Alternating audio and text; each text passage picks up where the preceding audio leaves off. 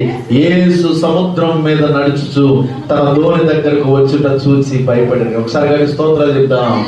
హల్లెలూయా.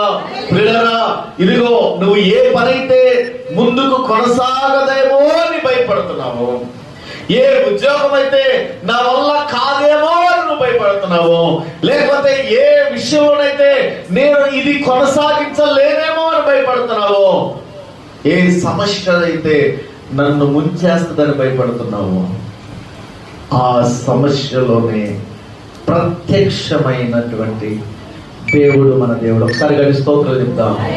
ఇదిగో ఆయన ఒడ్డు మీద నిలబడి మీరు రండి అని పిలిచిన వాడు కాదు ఆయన. ఆయన ఎక్కడో ఉండి ఇదిగో మీరు రండి అని చెప్పిన వాడు కాదు ఆయన. ఆయన ఎక్కడ తన ప్రజలు ఇబ్బంది పడుతున్నారో, ఎక్కడ తన ప్రజలు శోధింపబడుతున్నారో, ఎక్కడ తన ప్రజలు ఏమంటే శ్రమ అనుభవిస్తున్నారో, ఎక్కడ తన ప్రజలు ఇబ్బందికరమైన పరిస్థితుల్లో ఉన్నారో వారి మధ్యలోకి వచ్చినటువంటి ప్రభు, ఆ సమస్యలలో నిలబడినటువంటి ప్రభు. బైబిల్లో ఒక అద్భుతమైన మాట రాయబడి ఉంటుంది. ఆయన మనతో సహా అనుభవము కలిగిన వ్యక్తి. ఏంటండి? ఆయన మనతో సహా అనుభవము కలిగిన వ్యక్తి. నువ్వు ఆకలితో ఉంటే ఆ ఆకలి అనుభవం ఆయనకు తెలిసిన వ్యక్తే. నువ్వు దాహంతో ఉంటే ఆ దాహపు అనుభవం ఆయనకు కలిగిన వ్యక్తే. నువ్వు వ్యాధితో ఉంటే ఆ వ్యాధి అనుభవం తనకు ఉన్నది. నువ్వు గాయంతో ఉంటే ఆ గాయపు అనుభవం తనకుంది. గాయపరచబడిన గుండె నీకు ఉండి నువ్వు దుఃఖిస్తూ ఉంటే కూడా ఆ గాయపరచబడిన హృదయం కూడా ఆయనకుంది. లేదంటారా? లేదంటారా?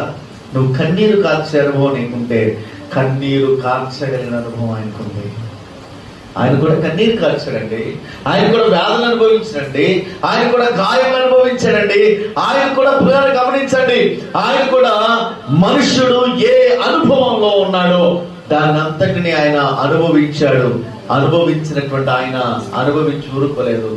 ఏ పరిస్థితుల్లో వారు శోధించబడుతున్నారో, శోధించబడుతున్న వారికి సహాయం చేయడానికి ఆయన సామర్థ్యము కలిగిన దేవుడు. ఒకసారి స్తోత్రాలు చెప్తాను. ఏదో నిన్ను గాలికి వదిలేసే దేవుడు కాదండి. నీ కష్టాలు నువ్వు పడి చచ్చిపో అని చెప్పేటోడు కాదండి. నీ ఏడు మీద నువ్వు ఏడు అని చెప్పేటోడు కాదండి. ఈ లోకల మనుషులా మాట్లాడతారు. నేను చెప్తే నువ్వు నీకు పడుతున్నావు ఈ కష్టాలు. నువ్వు ఒకవేళ దేవుడి ఆజ్ఞాపించిన మార్గానికి నువ్వు దూరంగా వెళ్ళిపోయి నువ్వు కష్టం ఉన్నా కానీ ఆయన చూస్తూ